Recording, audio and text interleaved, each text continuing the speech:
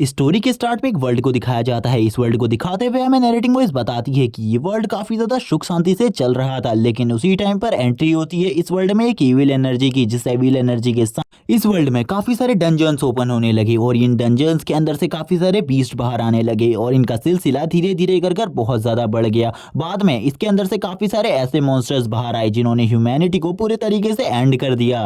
लेकिन उस टाइम पर भी ह्यूमैनिटी पूरे तरीके से एंड नहीं हुई। उस टाइम पर ह्यूमैनिटी के अंदर कुछ ऐसे लोग हुए जिन्होंने इन मॉन्स्टर्स के साथ फाइट करना सही समझा और इन मॉन्स्टर्स के साथ फाइट करी और इन लोगों को हंटर्स कहा जाने लगा।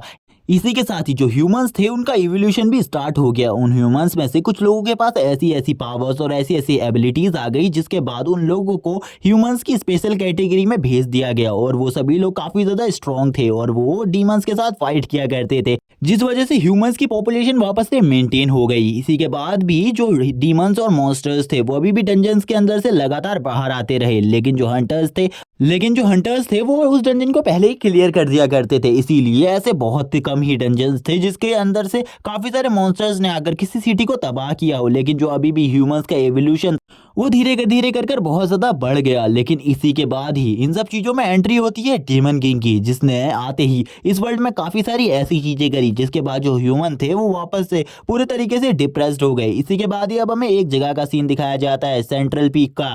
एक जगह पर आज काफी सारे स्टूडेंट का टेस्ट होने वाला था और उन लोगों का ये टेस्ट एक हंटर के लिए था ताकि वो लोग हंटर स्कूल को ज्वाइन कर सके। हम देखते हैं दो टीचर्स को इस जगह पर जो कि उन सभी से कहने लगते हैं, आज यहाँ पर जो तुम्हारा टेस्ट होने वाला है, अब मुझे पता है कि तुमने अपनी जॉब को चेंज कर लिया है, जिसके बाद तुम इस जगह पर मॉन्स्टर्स को काफी ज्यादा इजीली मार सकते हो। और गाइस, जॉब चेंज करने का मतलब तुमने अपने लिए एक कैटेगरी को चूज कर लिया है, यानी कि Hunter, magic category, other categories. इसी के बाद ही हम देखते हैं इस जगह पर हमारे मेन कैरेक्टर को, जिसका नाम जुई फेंग होता है। जो जुई फेंग होता है उसकी कैटेगरी एक नेक्रोमेंसर थी और ये इस स्कूल का सबसे ज्यादा जीनियस इंसान होता है, लेकिन ये हर किसी से बात नहीं किया करता था। ये भी इस टेस्ट को देने वाला था, लेकिन ये इस टेस्ट को देने के लिए सबसे ज्यादा लेट इस जगह पर पहुंच रहा था। ये इस जगह पर पहुंचते ही सभी लोगों से कहने लगता है क्या मैं इस जगह पर आने में लेट हो गया, और वो काफी ज्यादा लेट हो गया था, जिस वजह से टीचर भी उसके ऊपर काफी ज्यादा भड़के हुए होते हैं। टीचर उससे कहने लगते हैं तुम इस जगह पर काफी ज्यादा लेट हो चुके हो, तुम्हें थोड़ा जल्दी आना चाहिए था। तभी जो फेंग होता है वो अपनी स्टोरी बताते हुए कहता है जब वो छोटा बच्चा था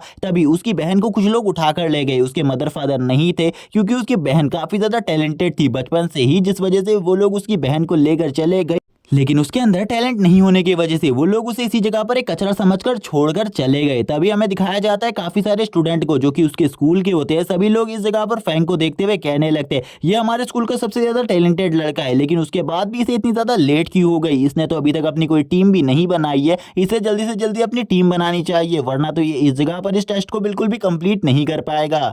तभी जो फैंग होता है वो इस जगह पर टीचर को इस जगह पर लेट आने का एक्सक्यूज देने लगता है। वो बताता है कि वो क्यों लेट हुआ था और वो अपनी सारी की सारी प्रॉब्लम्स के बारे में बता देता है और वो अपने साथियों से कहने लगता है तुम लोगों को चिंता करने की कोई भी जरूरत नहीं है, क्योंकि मुझे अभी भी ऐसा लग रहा है तुम लोगों को देखकर कि अभी मैं बिल्कुल भी लेट नहीं हुआ हूं। तभी हमें इस जगह पर बंदों को दिखाया जाता है जो कि उसकी बात को सुनकर काफी ज्यादा हैरान होते हैं। लेकिन तभी जो एक लड़की जिस नाम सू होता है, सू इस जगह पर आकर चिल्लाते हुए कहने लगती है तुम्हें बिल्कुल भी नहीं पता है, तुम काफी ज्यादा लेट हो चुके हो, तुम्हें यहाँ पर अपनी टीम बनानी चाहिए। और यहाँ पर वो उसे काफी सारी बातें बोलने लगती है जिसको सुनकर फैंग काफी ज्यादा हैरान हो जाता है। लेकिन तभी वो फैंग से कहने लगती है मैं यहाँ पर तुम्हें एक ऑफर देना चाहती हूँ, जैसे कि तुम्हें पता है कि इस स्कूल में हम दोनों जीनियस है, तुम मेरी टीम में आ सकते हो अगर तुम आना चाहते हो तो। लेकिन तभी जो फैंग होता है वो उससे कहता है मुझे किसी भी टीम की जरूरत नहीं है, मैं इस मिशन को अकेले ही पूरे तरीके से कंप्लीट करने वाला हूँ, इसीलिए तुम इस बारे में भूल जाओ कि मैं तुम्हारी टीम में ज्वाइन भी करूंगा। और वो ये कहने के बाद वो इस जगह से जाने लगता है। तभी सू से कहने लगती है अगर तुम बिना टीम के उस जगह पर जाओगे तो पक्का बुरे तरीके से हारने वाले हो, इसीलिए तुम्हें बिना टीम के उस जगह पर नहीं जाना चाहिए, तुम मेरी टीम को ज्वाइन कर सकते हो या फिर अपने लिए कोई भी टीम बना सकते हो। लेकिन जो फैंग होता है वो उसकी बातों का रिप्लाई नहीं देता और इस जगह से जाते हुए कहता है तुम्हें यहाँ पर ज्यादा बकवास करने की जरूरत नहीं है और ना ही मेरी चिंता करने की, क्योंकि मैं अपने मामले को खुद ही पूरे तरीके से सॉल्व कर लूंगा। इसी के बाद ही फैंग होता है वो इस जगह से निकल जाता है और वह कहने लगता है मैं बिना किसी टीम के जाना चाहता हूँ, क्योंकि बिना किसी टीम के जाने पर मैं अपने लेवल को काफी ज्यादा जल्दी बढ़ा लूंगा। और यहाँ पर तभी हम देखते हैं जो इस जगह पर सू होती है वो कहने लगती है मुझे बिल्कुल भी नहीं लगता कि ये बंदा अपने सारे के सारे मिशन को कंप्लीट कर पाएगा। और यहाँ पर और भी काफी सारी टीम्स हैं, वो भी इन सब मिशंस के लिए काफी सारी टीम्स को इकट्ठा कर रही है और काफी सारे लोगों को अपनी टीम में ज्वाइन कर रही है। लेकिन जो सू होती है वो कहने लगती है अगर ये मेरी टीम में आ जाता तो मेरी टीम के टॉप नंबर पर होने के काफी सारे चांसेस हो जाते और अभी भी मेरी टीम टॉप पर ही रहेगी। वो ये सोचकर अब यहाँ से जाने लगती है। तभी हमें एक और बंदे को दिखाया जाता है जिसका नाम झांग होता है। झांग इस जगह पर बोलता है इन दोनों को क्या लगता है ये क्लास के सबसे बड़े जीनियस है, तो यही लोग इस बार भी इस टेस्ट को कंप्लीट कर पाएंगे? नहीं, इस बार इस टेस्ट को मैं ही कंप्लीट करूंगा, मेरे अलावा इस टेस्ट को पास कोई भी नहीं कर पाएगा। वो ये कहते ही अपनी टीम के साथ इस जगह से जाने के लिए तैयार हो जाता है। तभी जो टीचर होते हैं वो अनाउंसमेंट कर देते हैं इस जगह पर कि ये जो टेस्ट है ये स्टार्ट हो चुका है। इसके बाद वो इनको बताते हैं इस टेस्ट को पास करने के लिए उन्हें सबसे पहले थर्ड लेवल पर पहुंचना होगा। जिसका लेवल सबसे ज्यादा होगा, जो भी थर्ड लेवल से आगे के लेवल्स को अचीव कर लेगा, उसको फर्स्ट और सेकंड और थर्ड पोजीशन दी जाएगी। और ये रैंकिंग उनकी टीम के अकॉर्डिंग होगी और उनकी टीम्स को भी काफी सारे ऐसे इनाम दिए जाएंगे जो कि काफी ज्यादा कीमती है। हमें दिखाया जाता है सभी लोग टेलीपोर्टेशन एरा की तरफ दौड़ने लगते हैं, जबकि जो सू होती है उसकी टीम पीछे होती है और फैंग सबसे आगे होता है। फैंग काफी ज्यादा तेजी से इस मिशन को कंप्लीट करने के लिए दौड़ रहा होता है। हमें दिखाया जाता है जो सू होती है वो बोलती है कि ये हमेशा मेरे से आगे ही क्यों रहता है, मैं इसे कभी भी सरपास नहीं कर पाती। अभी भी यहाँ पर इस रेस में भी मैं इसे सरपास नहीं कर पा रही। थोड़ी देर में हम देखते हैं फैंग उस टेलीपोर्टेशन एरा के पास पहुंच जाता है और उस एरा को एक्टिवेट करने लगता है। हमें दिखाया जाता है कुछ और लोगों को जो कि इस जगह पर कहने लगते हैं फैंग जो है वो काफी ज्यादा फास्ट है, वो इतने जल्दी इस टेलीपोर्टेशन एरा पर पहुंच गया, जबकि हमारी रेस तो अभी स्टार्ट हुई है, हमें भी उतना ही फास्ट बनना है। वो काफी ज्यादा स्ट्रॉन्ग और फिट है, हमने बिल्कुल भी नहीं सोचा है कि उसके पावर लेवल कितना ज्यादा हो सकता है। तभी हमें फैंग को दिखाते वो उस जगह पर पहुंचते ही अपनी पावर को रिलीज करते हुए इस जगह पर उस टेलीपोर्टेशन एरा को एक्टिवेट कर देता है। और उसकी जो पावर होती है वो इतनी ज्यादा होती है कि इस जगह पर जो टेलीपोर्टेशन एरा होता है वो भी पूरे तरीके से ओपन हो जाता है। हम देखते हैं वो कहने लगता है ये तो काफी ज्यादा अमेजिंग होने वाला है, उस फॉरेस्ट के अंदर काफी सारे मॉन्स्टर्स होंगे, मैं अपने मदर और फादर की मौत का बदला लेने वाला हूँ सभी के सभी मॉन्स्टर्स से। इसी के बाद ही वो फॉरेस्ट के अंदर चला जाता है। हमें दिखाते हैं कुछ लोग इस जगह पर फैंग और सू की पावर के बारे में बात कर रहे होते हैं। एक बंदा फैंग के बारे में बताते हुए कहता है फैंग ने एक अलग ही क्लास को विकसित किया है जिसके बारे में उन लोगों को कोई भी नॉलेज नहीं है, क्योंकि नेक्रोमेंसर के बारे में इन सभी को ज्यादातर नॉलेज नहीं थी। जबकि जो दूसरा बंदा होता है वो कहने लगता है लेकिन सू उससे ज्यादा पावरफुल है, क्योंकि उसके पास फायर टाइप मैजिक की पावर है और फायर टाइप मैजिक अगर किसी बंदे के पास हो तो वो काफी ज्यादा अमेजिंगली फाइट कर सकता है और मॉन्स्टर्स को काफी ज्यादा इजीली हंट कर सकता है। जबकि जो दूसरा टीचर था वो अपने मन में फैंग के बारे में सोचते हुए कहता है फैंग इतना ज्यादा भी स्ट्रांग नहीं है जितना ज्यादा हम सभी को लगता है, वो इस टेस्ट को ज्यादा से ज्यादा फोर्थ लेवल तक पहुंच पाएगा लेकिन वो आगे नहीं पहुंच सकता। लेकिन जो सू है वो उससे आगे जरूर पहुंच जाएगी। जबकि हमें दिखाते हैं जो फैंग होता है वो इस जगह पर एक नाइफ को लेकर खड़ा होता है और कहने लगता है ये फॉरेस्ट में मुझे काफी सारे बीस्ट मिलने चाहिए, लेकिन अभी तक मेरा सामना एक भी बीस्ट से नहीं हुआ। क्या इस जगह पर बहुत कम बीस्ट है और ना ही मैं किसी बीस्ट की स्मेल को इस जगह पर सेंस कर पा रहा हूँ, आखिरकार क्या गड़बड़ हुई है। लेकिन जैसे ही वो अपने पीछे से थोड़ी बहुत हलचल को महसूस करता है उसे समझ में आ जाता है जो भी बीस्ट उसके आसपास है वो अपने आप को छुपाते हुए उसके ऊपर हमला करने के लिए आगे बढ़ रहा है। तभी हम देखते हैं उसके पीछे से वो बीस्ट हमला कर देता है जो कि एक रैबिट टाइप बीस्ट होता है और वो उस बीस्ट को देखकर कहने लगता है मैंने बिल्कुल भी नहीं सोचा था इस टाइप का बीस्ट मेरे ऊपर हमला करेगा। और वो तुरंत ही अपने नाइफ को बाहर निकाल लेता है और उस बीस्ट के ऊपर हमला कर देता है। जबकि जो वो बीस्ट था वो काफी ज्यादा इजीली उस अटैक से डॉज कर लेता है। लेकिन अब इस अचानक हुए हमले से वो बीस्ट भी काफी ज्यादा घबरा गया था जिस वजह से वो नीचे गिर जाते हैं और फैंग के पास एक मौका होता है उसे मारने का, जिस वजह से फैंग उसे काफी ज्यादा इजीली हंट कर लेता है। फैंग कहने लगता है ये बीस्ट ज्यादा पावरफुल नहीं था लेकिन फिर भी मुझे इसे मारना पड़ा क्योंकि ये जो बीस्ट है ये मेरे ऊपर हमला कर रहा था और इस बीस्ट के अंदर एक ऐसा पॉइजन होता है जो कि किसी भी इंसान को पैरालाइज कर सकता है और मैं बिल्कुल भी ये जो कंपटीशन है इसको नहीं हारना चाहता। इसी के बाद ही अब हमें दूसरी टीम का सीन दिखाया जाता है जो कि और किसी की नहीं सू की होती है। सू की टीम भी काफी ज्यादा तेजी से आगे बढ़ने लगती है टेलीपोर्ट होने के बाद। इसी के बाद ही वापस से हमें फैंग का सीन दिखाया जाता है। जो फैंग होता है वहां पर काफी सारे बड़े बड़े रैट्स आ चुके होते हैं और ये रैट मॉन्स्टर काफी ज्यादा तेजी से आगे बढ़ रहे थे। हमें इन मॉन्स्टर्स के बारे में बताया जाता है इन जो मॉन्स्टर्स है इनकी स्ट्रेंथ काफी ज्यादा होती है और ये नॉर्मल नहीं बल्कि लेवल 2 के मॉन्स्टर्स है। उनका सामना करना एक लेवल 4 के हंटर के ही बस की बात है। आसानी से कोई भी हंटर इनका सामना नहीं कर सकता क्योंकि इनकी स्ट्रेंथ किसी नॉर्मल ह्यूमन और हंटर से भी ज्यादा होती है। तभी हम देखते हैं जो फैंग होता है उसको यहाँ पर एक और बीस्ट दिखाई देता है जिसके बारे में हमें ज्यादा चीजें नहीं बताई जाती,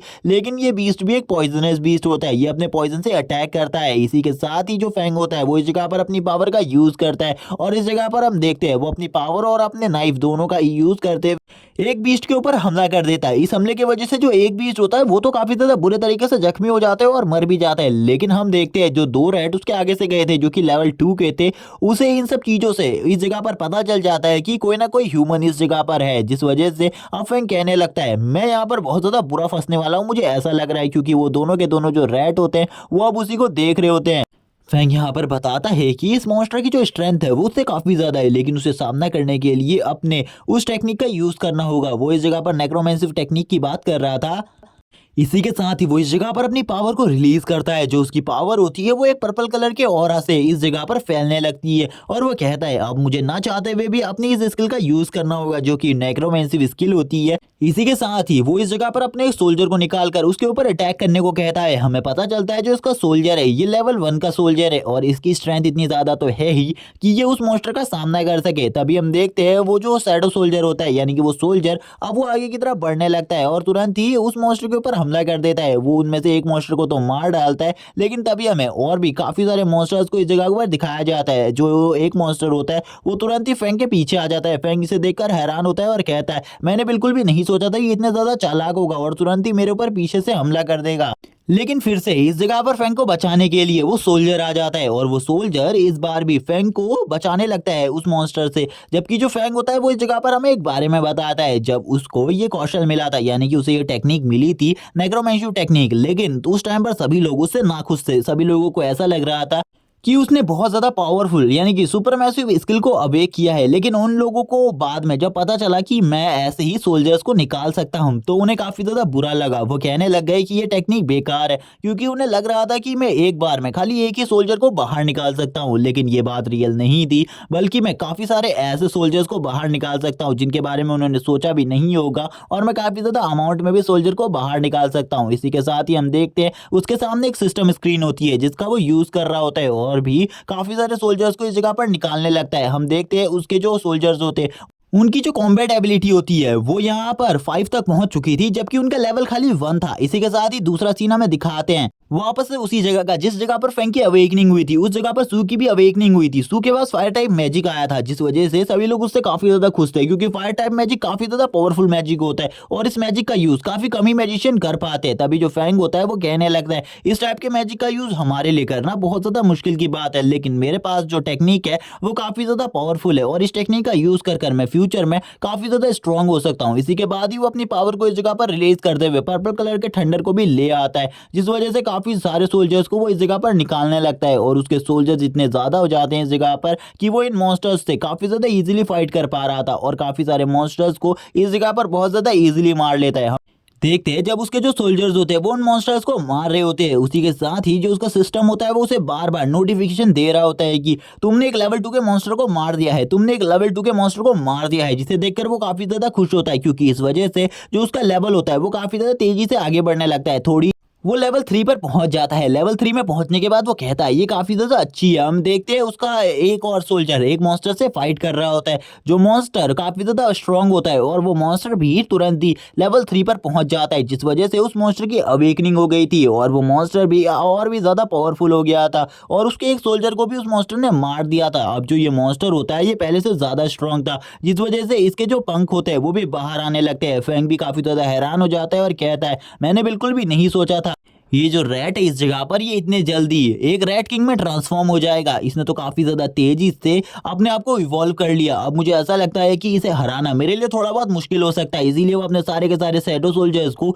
जो कि लेवल 2 पर पहुंच गए थे वो उस मॉन्स्टर को मारने को कहता है और कहता है उस मॉन्स्टर को जल्दी से जल्दी खत्म करो। अगर उसका जो इवोल्यूशन है वो पूरी तरीके से कंप्लीट हो गया उसके बाद वो हम में से किसी को भी नहीं छोड़ेगा और बाद में तो शायद से मेरे सोल्जर्स भी इसको ना रोक पाए। हम देखते हैं सोल्जर्स और उस मॉन्स्टर के बीच में फाइट चल रही होती है, जो फाइट काफी ज्यादा खतरनाक होती है। हम देख पाते हैं जो वो मॉन्स्टर थे वो काफी ज्यादा तेजी से उसको मारने की कोशिश कर रहे थे, जबकि अब जो फैंग था वो भी अपनी कोशिश करना स्टार्ट कर देता है। वो इस जगह पर अपने मैजिक को यूज करता है, क्योंकि उसके पास कुछ और एबिलिटीज भी थी जिसके बारे में उसने किसी को भी नहीं बताया था। वो अपने मैजिक का यूज करते हुए उस मॉन्स्टर के ऊपर प्रेशर बनाने लगता है और ये जो उसकी टेक्निक थी इस टेक्निक के बारे में कुछ भी नहीं बताया जाता, लेकिन इस टेक्निक की हेल्प से वो इस जगह पर उस मॉन्स्टर के ऊपर काफी ज्यादा प्रेशर बनाने लगता है और उस प्रेशर की वजह से उस जगह पर काफी ज्यादा ब्लास्ट होने लगते हैं और वो मॉन्स्टर भी इस जगह से भागने की कोशिश करता है और फैंग के ऊपर हमला करने के लिए आगे बढ़ने लगता है। लेकिन जो फैंग था वो अपनी पावर्स का यूज करते हुए उस मॉन्स्टर के ऊपर और भी ज्यादा प्रेशर बनाने लगता है अपनी डार्क एनर्जी से। उसकी डार्क एनर्जी धीरे धीरे कर इतनी ज्यादा स्ट्रांग हो जाती है कि जो फैंग होता है वो उसे कहता है चलो ठीक है अब यहाँ पर टाइम आ चुका है तुम्हारे खत्म होने का, इसीलिए जल्दी से मर जाओ इस जगह पर। और के साथ हम देखते हैं जो फैंग होता है उसकी पावर की वजह से उस रैट के ऊपर काफी सारे टेंटिकल्स आने लगते हैं और ये टेंटिकल्स उस रैट को पकड़ने की कोशिश कर रहे होते हैं, जबकि वो रैट काफी ज्यादा जोर जोर से चिल्ला रहा होता है। वो बिल्कुल भी इस जगह पर हार नहीं मानना चाहता था। हमें थोड़ी देर बाद का सीन दिखाया जाता है। इस जगह पर चारों तरफ एक लाल चीज फैलने लगती है जो कि और कोई नहीं बल्कि उसके रैट का ब्लड होता है, क्योंकि फैंग ने अपने प्रेशर की वजह से उस रैट के सर को ही डिस्ट्रॉय कर दिया था। फैंग कहने लगता है मुझे बिल्कुल भी नहीं लगा था मेरी ये पावर इतनी ज्यादा काम की होगी। उसका सिस्टम उसे बताता है तुमने एक रैट किंग को मार दिया है जिस वजह से तुम्हें कुछ रिवॉर्ड्स मिले और तुम्हारी जो लेवल है उसको और ज्यादा बढ़ा दिया गया है, यानी कि वो लेवल 4 में पहुंच गया था और उसे कुछ और एक्सपीरियंस पॉइंट भी मिले थे जिनकी हेल्प से वो तुरंत ही लेवल 5 में पहुंच जाता है। यानी कि फैंग अभी तक इन सभी में से जितने भी बच्चे इस जगह पर आए हैं उन सभी में से सबसे ज्यादा तेजी से लेवल गेन करने वाला बंदा बन चुका था। लेकिन फैंग यहाँ पर कहता है मुझे जल्दी से जल्दी लेवल 6 को रीच करना होगा, इसीलिए जल्दी से जल्दी आगे बढ़कर और भी काफी सारे मॉन्स्टर्स को मारना बाकी है अभी। और वो अपने सारे के सारे सोल्जर्स के साथ आगे बढ़ने लगता है। जब वो आगे बढ़ रहा होता है हमारा सीन शिफ्ट हो जाता है। हमें इस जगह पर एक पिक को दिखाया जाता है। जो एक पिक होता है वो इस जगह पर फाइट कर रहा होता है कुछ लोगों से और इस पिक का लेवल भी 2 होता है। हम देखते हैं एक टैंक को जो कि उस पिक के अटैक को रोक रहा था, जबकि उसके पीछे एक हीलर होती है जो कि उसको तुरंत ही हील कर रही होती है। हम देख पाते हैं इस जगह पर एक फायर टाइप मैजिशियन को जो कि और कोई नहीं सू होती है। सू उस मॉन्स्टर के ऊपर लगातार हमले करने लगती है। हम देखते हैं सू की पावर की वजह से जो वो टैंक होता है वो कहने लगता है तुम्हारी पावर तो काफी ज्यादा है, लेकिन अभी भी वो मॉन्स्टर नहीं मरा होता, इसीलिए जो सू होती है वो तुरंत ही उसको पूरे तरीके से फायर से कवर कर लेती है। थोड़ी देर में उस मॉन्स्टर का जो एंड होता है वो इसी जगह पर हो जाता है। सू यहाँ पर कहने लगती है मुझे ऐसा लगता है कि सेकंड लेवल के एक मॉन्स्टर को हम ही ने सबसे पहले मारा होगा, हमसे पहले तो ये काम कोई भी नहीं कर सकता एकेडमी में क्योंकि इतनी पावरफुल टीम किसी की है ही नहीं। हम देखते हैं सू का जो लेवल था वो भी इस जगह पर लेवल 3 में पहुंच जाता है और उसकी फ्लेम का जो लेवल था वो भी 2 हो जाता है और अभी तक उसकी फ्लेम का लेवल 2 ही था और आगे चलकर जब उसकी फ्लेम का लेवल बढ़ेगा उसकी पावर भी और ज्यादा बढ़ती जाएगी। जबकि हमें उसके टीममेट्स को दिखाया जाता है। जो उसके टीममेट्स होते हैं वो भी यहाँ पर बताने लगते हैं किसी का जो पावर होती है वो यहाँ पर हीलिंग पावर लेवल 2 पर पहुंच जाती है और जबकि वो टैंक होता है वो इस टाइम पर लेवल 4 में होता है, जिस वजह से उसकी एबिलिटीज इन सभी में सबसे ज्यादा थी। लेकिन वो एक टैंक था जिस वजह से उसे कोई भी ज्यादा अच्छा नहीं मानता था और उसे अपनी टीम में नहीं रखना चाहता था। लेकिन उसकी भी एक सैड स्टोरी थी जिसके बारे में हमें इस एपिसोड में आगे बताया जाएगा। तभी इस जगह पर एक भूकंप टाइप लहर आने लगती है जिसे देखकर उन सभी की हालत खराब हो जाती है क्योंकि ये जगह बहुत ज्यादा तेजी से हिल रही होती है और वो ये सब कुछ देखकर हैरान हो जाते हैं। तभी हमें इस जगह पर एक मॉन्स्टर को दिखाया जाता है जो कि एक लेवल 6 का मॉन्स्टर होता है और इन सभी की तरफ आगे बढ़ रहा होता है और ये एक स्टोन एप होता है जो कि इनको मारने के लिए तेजी से आगे बढ़ रहा होता है, जिसे देखकर सू हैरान हो जाती है और कहने लगती है इस जगह पर एक लेवल 6 का मॉन्स्टर क्या कर रहा है, ये तो एक स्टोन एप है, क्या वो लोग हमको मारना चाहते हैं? मेरे को बिल्कुल भी नहीं पता आखिरकार एकेडमी वालों ने ये सब कुछ क्यों किया। तभी जो टैंक होता है वो कहता है हमें जल्दी से जल्दी इस जगह पे निकलना होगा, जल्दी से जल्दी इस जगह से निकलो। लेकिन हम उस हिलर को देख पाते हैं जो कि काफी ज्यादा तेजी से दौड़ने की वजह से इसी जगह पर गिर जाती है और कहने लगती है मुझे ऐसा लगता है कि मैं बिल्कुल भी इस जगह पर नहीं बच पाऊंगी। लेकिन नहीं, वो लोग इस जगह बिल्कुल भी नहीं रुकने वाले थे। सू कहने लगती है हमें बचना होगा, हमें सबसे पहले इस जगह से निकलना होगा। लेकिन मैंने पहले ही बताया है जो वो टैंक है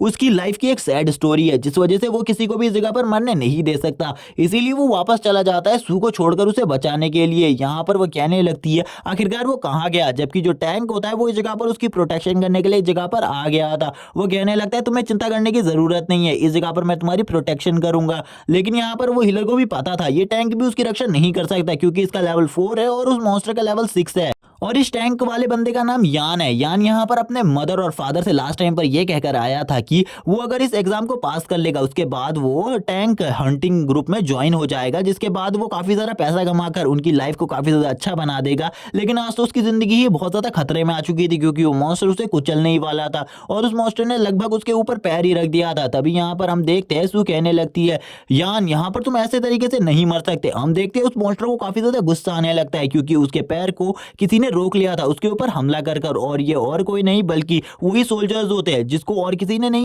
बल्कि फैंग ने इस जगह पर भेजा हुआ था इससे इन सभी की प्रोटेक्शन करने के लिए। हम देखते हैं थोड़ी देर में फैंग भी इस जगह पर आ जाता है। फैंग के इस जगह पर आते ही जो सू होती है वो कहने लगती है मुझे पता है फैंग तुम ही इस जगह पर आए हुए हो। तो फैंग बोलता है हाँ मैं इस जगह पर तुम्हें बचाने के लिए आया हूँ लेकिन तुम्हें ज्यादा चिंता करने की कोई भी जरूरत नहीं है। तभी फैंग समझ जाता है कि इस बीस्ट को इस जगह पर अगर वो इस बीस्ट से फाइट करेगा तो उसके लिए काफी सारी प्रॉब्लम क्रिएट हो सकती है, इसीलिए वो अपने उस सोल्जर से कहता है जल्दी से जल्दी इसे इस जगह से निकालो, इसके ऊपर थोड़े बहुत हमले करो ताकि ये इस जगह से भागे और मैं इसे दूसरी जगह पर जाकर इसके ऊपर हमला करूँ। और हमें बताया जाता है स्टोन एप के बारे में। जो स्टोन एप है वो काफी ज्यादा पावरफुल मॉन्स्टर तो है ही लेकिन ये काफी ज्यादा डरपोक भी है, जिस वजह से ये जो मॉन्स्टर होता है कुछ हमले लगने के बाद ही इस जगह से भागने लगता है। तभी हम देख पाते हैं सू को, जो सू होती है वो कहने लगती है वो मॉन्स्टर उस जगह पर भाग गया, इसीलिए हमें जल्दी से जल्दी इस जगह से निकलना होगा। वो अपने साथ साथ फैंग से भी कह रही होती है इन सब चीजों के बारे में, लेकिन तब तक का जो फैंग होता है वो तो इस जगह से गायब हो चुका था। वो फैंग को देखकर कहने लगती है आखिरकार वो कहाँ गया, लगता है वो काफी ज्यादा स्ट्रांग हो चुका है, जिस वजह से अब उसे हम लोगों की जरूरत बिल्कुल भी नहीं है। मुझे ऐसा लग रहा है कि वो मेरे से तो वो काफी ज्यादा आगे पहुंच गया इन सब चीजों के मामले में। लेकिन तभी जो टैंक होता है वो इस जगह पर बताता है कि जो फैंग है वो शायद से उसी मॉन्स्टर के पीछे चला गया है जिस मॉन्स्टर ने उनके ऊपर हमला किया था।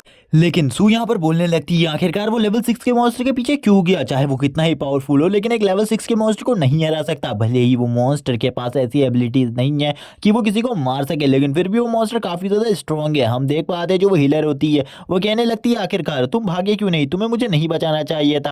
अब इस जगह पर इन्हीं लोगों की बातें होने लगती है। तभी सू उन लोगों से कहती है कि हम लोगों को तैयार रहना होगा आने वाले खतरे के लिए, क्योंकि अब कभी भी कोई भी खतरा आ सकता है। इस जगह पर कोई ना कोई गड़बड़ चल रही है जिस वजह से लेवल 6 का मॉन्स्टर हमें इस जगह पर दिखाई दिया, वरना जो लेवल 6 का मॉन्स्टर है वो सेंट्रल एरिया में होना चाहिए था। ये तो आउटर एरिया है, आखिरकार आउटर एरिया में इतना ज्यादा पावरफुल और स्ट्रॉन्ग मॉन्स्टर क्या कर रहा है। जबकि हम देखते हैं उस हिलर को, जो हिलर होती है वो कहने लगती है मुझे ऐसा लगता है कि उस जगह से अब धीरे धीरे कर कर मॉन्स्टर बाहर आकर हम लोगों पर हमला कर रहे हैं। शायद से उन्हें हम लोगों के बारे में पता चल गया है कि हम लोग इस जगह पर मौजूद है, यानी कि ह्यूमंस इस जगह पर मौजूद हैं, जिस वजह से वो मॉन्स्टर हमारे ऊपर हमला कर रहे हैं। सू भी कहने लगती है ठीक है, यहाँ पर मुझे तुम्हारी बात काफी ज्यादा अच्छी लगी और तुम्हारी जो थ्योरी है वो काफी हद तक सही है, मुझे ऐसा ही लगता है। लेकिन सबसे पहले हमें बाकी स्टूडेंट्स को भी इन सब चीजों के बारे में अवेयर करना होगा। तभी हम देखते हैं जो यहाँ पर हिलर होती है वो यहाँ पर पूछती है आखिरकार जिस लड़के ने हमें बचाया उसकी एबिलिटी क्या थी। तभी वो बंदा बताता है कि जो उसकी एबिलिटी थी वो समनिंग थी। तभी यहाँ पर वो लोग सोचने लगते हैं एक समनिंग एबिलिटी इतनी ज्यादा स्ट्रांग नहीं हो सकती।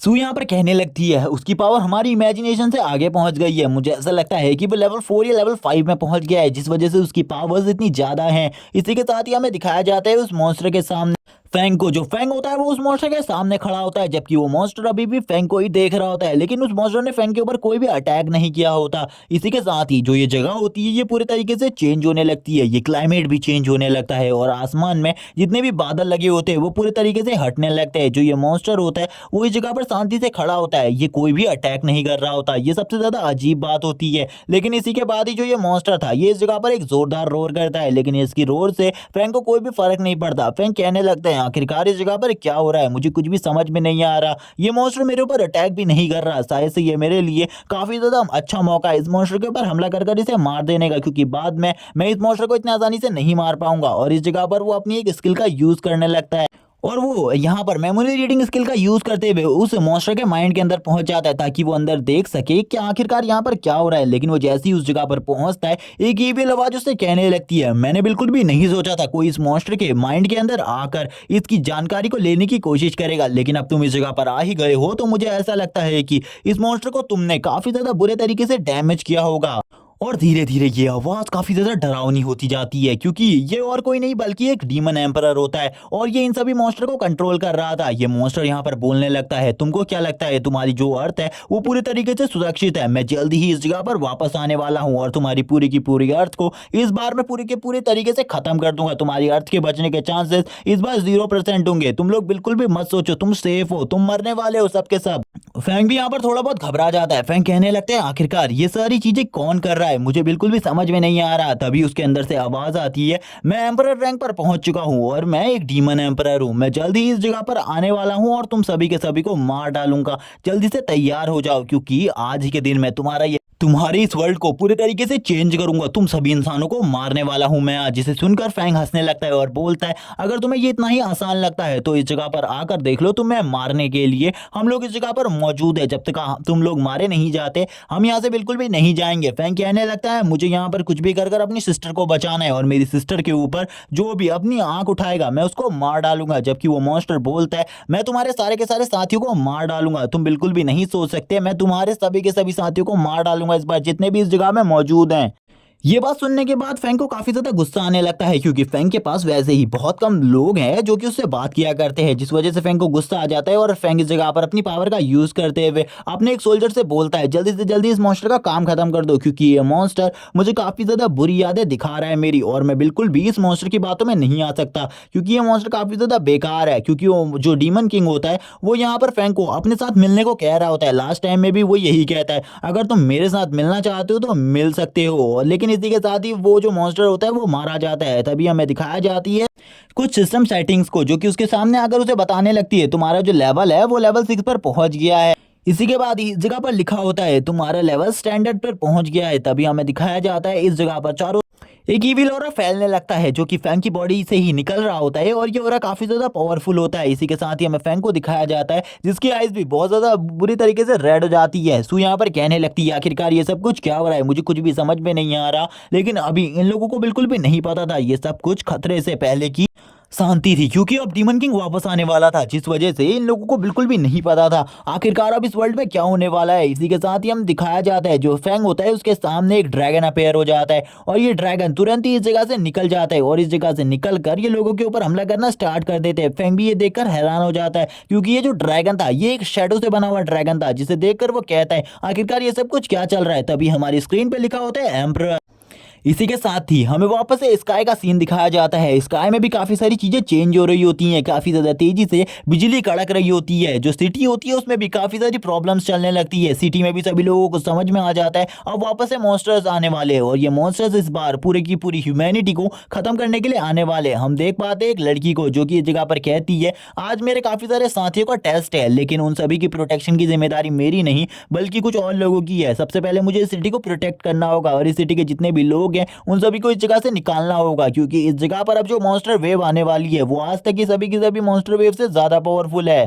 उस पूरी की पूरी मॉन्स्टर वेव का सामना करना बहुत ज्यादा मुश्किल है। इस जगह पर हमें दिखाया जाता है जो टीचर्स इस जगह पर मौजूद होते हैं वो कहने लगते हैं हमें जल्दी से जल्दी कुछ भी कर उन स्टूडेंट से कांटेक्ट करना होगा और उन्हें वापस बुलाना होगा, क्योंकि उनका टेस्ट टोटली 3 दिन का है, लेकिन एक ही दिन में हमें उन्हें वापस बुलाना है, क्योंकि इस जगह पर काफी सारे डंजन्स अपेयर होने वाले हैं और काफी सारी जो ईविल एनर्जी है वो इस फॉरेस्ट के अंदर दिख रही है, जो कि शायद से सेंट्रल एरिया से आई है, लेकिन इसके बारे में मैं कुछ कह नहीं सकता। वो लोग इस जगह पर जो ब्रोकन हुए डंजन्स थे उनको क्लियर करने के लिए जल्दी से जल्दी किसी को बुलाने के बारे में सोच रहे थे, लेकिन उनके सारे के सारे जो कॉन्टैक्ट थे वो आज बुरी तरीके से यूजलेस हो जाते हैं। वो बिल्कुल भी कुछ नहीं कर पा रहे होते। वो कहने लगते हैं हमें कुछ भी समझ में नहीं आ रहा, हमें उन स्टूडेंट्स की जान बचानी होगी, क्योंकि फॉरेस्ट के अंदर एक डंजन ब्रेक होने वाली है और ये जो डंजन ब्रेक है ये जल्दी से जल्दी होगी। इसीलिए कुछ भी कर हमें एक टीम का इंतजाम करना होगा जो कि उस डंजन के अंदर जाकर उस डंजन को क्लियर कर सके। लेकिन इन लोगों को बिल्कुल भी नहीं पता था आगे इस जगह पर क्या होने वाला है, क्योंकि वो डंजन धीरे धीरे करके इस जगह पर अपेयर हो जाती है। तभी हमें एक बहुत ज्यादा पावरफुल लाइट को दिखाया जाता है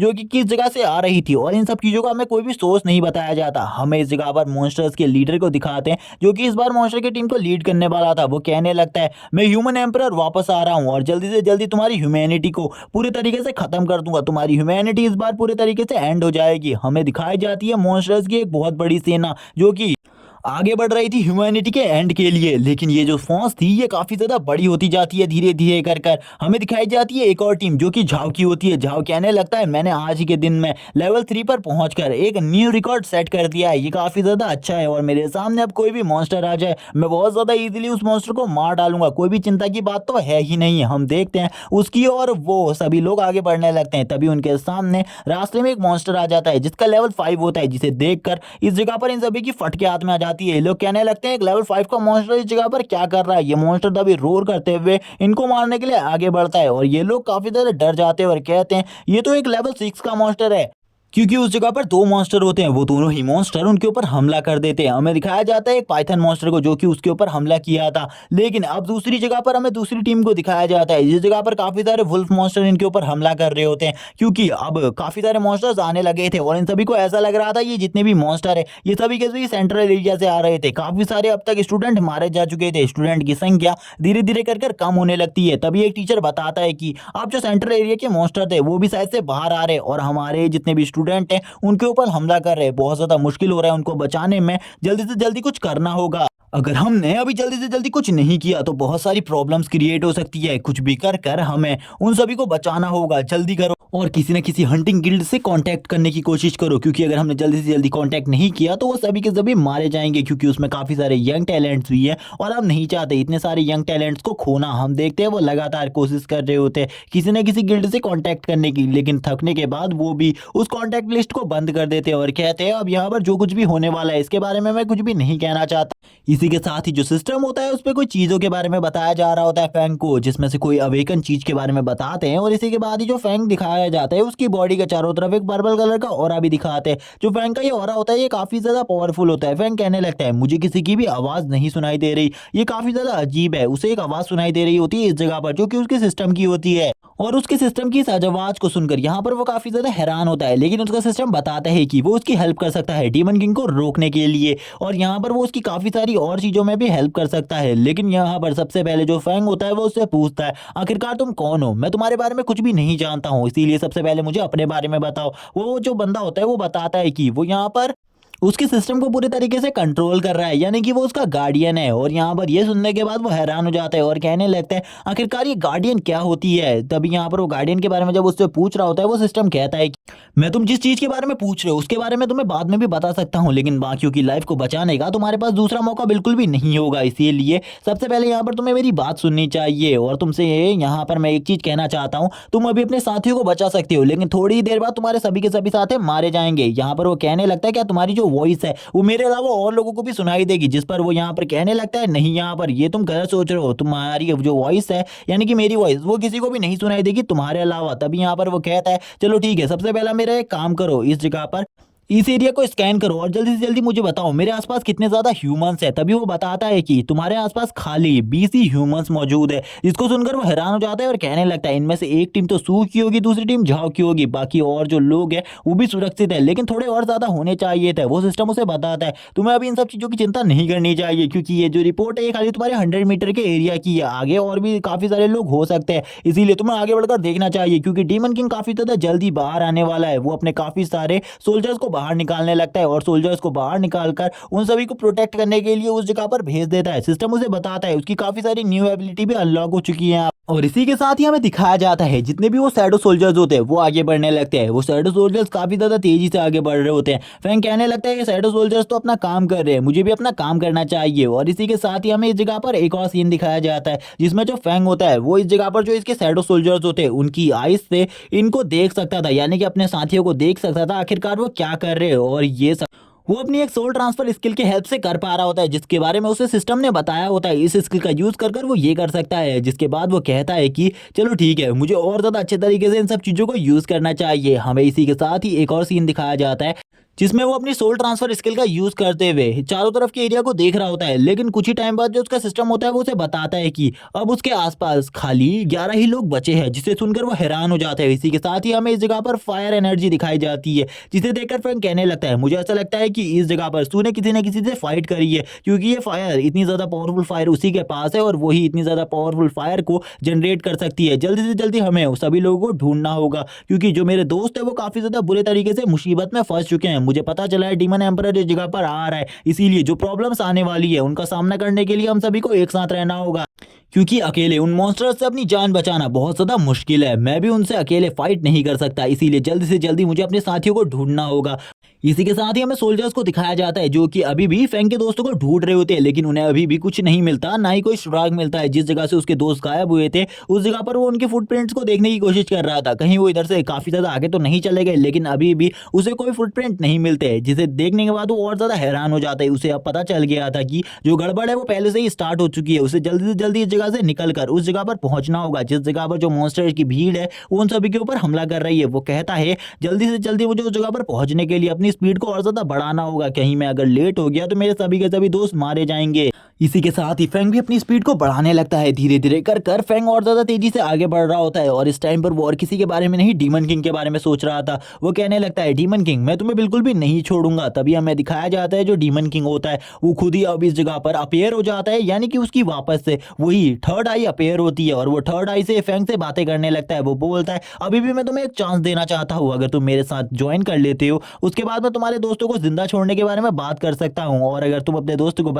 बचाना चाहते हो तो ये बहुत ज्यादा मुश्किल है तुम्हारे लिए, तुम अपने दोस्तों को बिल्कुल भी नहीं बचा पाओगे। इसीलिए अगर तुम मेरे साथ हाथ मिला लेते हो तो तुम्हारे दोस्तों की जान तो बची जाएगी, तुम बस यही तो चाहते हो। लेकिन फैंग यहाँ पर उसकी डील को वापस से रिजेक्ट कर देता है और कहता है मैं यहाँ पर तुम्हारा सामना करने के लिए तैयार हूँ, तुम्हें यहाँ पर बिल्कुल भी इन सब चीजों के बारे में नहीं सोचना चाहिए। और वापस से वो अपनी पर्पल कलर की एनर्जी को बाहर निकालने लगता है, यानी कि वो वापस से अपने सोल्जर्स को बुला रहा होता है इस जगह पर, क्योंकि उसे इस जगह पर खतरा महसूस हो रहा था। वो सभी जगहों से अपने सारे के सारे सोल्जर्स को इस जगह पर काफी ज्यादा तेजी से से बुला रहा था। उसके सारे के सारे सोल्जर्स जिस भी जगह पर मौजूद थे उस जगह से डिसअपेयर होने लगते हैं और अब जो फैंग होता है वो उन्हें इस जगह पर बुला लेता है और कहता है तैयार हो जाओ एक बहुत बड़ी वॉर के लिए। इस बार तुम्हारे जो अपोनेंट में खड़ा है वो मैं हूँ। और इसी के साथ ये वाला जो एपिसोड और ये स्टोरी होती है इसी के साथ ही एंड हो जाती है और इसके आगे के चैप्टर अभी नहीं आए हैं। जैसे इसका सीजन 1 पूरा का पूरा आ जाएगा मैं एक ही बार में एक्सप्लेन करके डाल दूंगा क्योंकि इसके चैप्टर काफी ज्यादा छोटे हैं और आजकल मैं छोटी वीडियो अपलोड इसलिए कर रहा हूँ क्योंकि मेरे एग्जाम चल रहे हैं जो कि एक दिन के गैप के बाद है, जिस वजह से मैं ये छोटी वीडियो अपलोड कर रहा हूँ। और गाइस मैं एक और बात बताना चाहता हूँ, जल्दी से 80 के चैनल पर कंप्लीट कर दो जिसके बाद मैं कुछ अमेजिंग सीरीज को लेकर आने वाला हूँ और Q&A भी।